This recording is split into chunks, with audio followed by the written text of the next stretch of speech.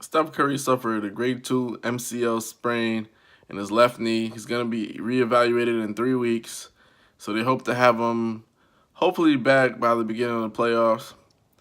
Kyrie Irving is out 3 to 6 weeks after they removed the tension wire, which is causing him irritation. He's not going to be coming back for the regular season. So he'll be out for 3 to 6 weeks, and they hope to have him back by the playoffs as well. Similar to Stephen Curry, but Stephen Curry could possibly make it back for the regular season. This is not great news for both teams. It could be worse. Now, which team is dealing with it the hardest? You have to say the Boston Celtics, because the Celtics have shown that they can win games without Kyrie, but he's their closer. And the fact that they're so young, they need his veteran leadership. Now, that removing that tension wire, because it's causing him irritation, that's a good thing, because from the reports, it says that his knee is structurally sound. The wire was put in because his patellar tendon was basically torn. Now, with the wire taken off and the knee structurally sound, when everything heals back up in 3 to 6 weeks, he's going to be 100% ready to go. But the fact that they're not going to get him by the regular season is kind of like, because, it takes time for younger teams to gel. The Golden State Warriors, they've proven that, they could win without Curry in certain stretches, and they could close out playoff series without Curry. If you remember 2016 against the Blazers, they basically were able to close out a series without Stephen Curry, and he came back for the Blazers series. But you just don't like guys going down. For the Warriors, it's like a black cat in the locker room. This guy just came back from the ankle situation. His own teammate hits him in the knee.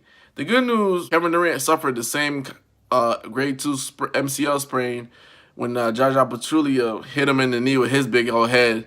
He fell on the ground, and he was able to come back. And you saw he did in the finals. So Stephen Curry has a great possibility to come back and be exactly what he was. Now, the unknown for the Boston Celtics is different, however, for that team.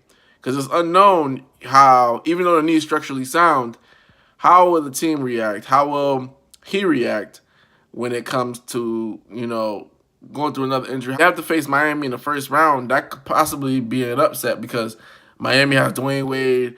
They're gelling. They play tough defense. They're a tough out. So that's something that we all have to be aware of. As far as the Warriors, they would have to play the Minnesota Timberwolves, which have beaten them, got their first win against them I think it was last month. So it's not an easy out for either team. The Golden State Warriors just have more experience with guys being out. They were able to, do things without Kevin Durant. They're 41-10 with Curry in the lineup. They're 13-8 with him without the lineup, so they know how to win. But the Warriors have more firepower, where a guy being out for an extended period of time is not going to hurt them as much. As far as the Boston Celtics, it's a little different story, because Kyrie Irving is the leader. You're already down Gordon Hayward. Where are you going to get those extra scoring from? Spectacular highlights. Where's that going to come from? With Golden State, we know Draymond Green, Klay Thompson, Kevin Durant. With the Boston Celtics, it's an unknown, because you're relying on two young guys in Tatum and Jaylen Brown to really push you over the top, because Al Horford is going to be consistent, but he's not going to play out of his mind from time to time. I like what Morris has been doing, though. And that's kind of the thing that people have to understand about basketball.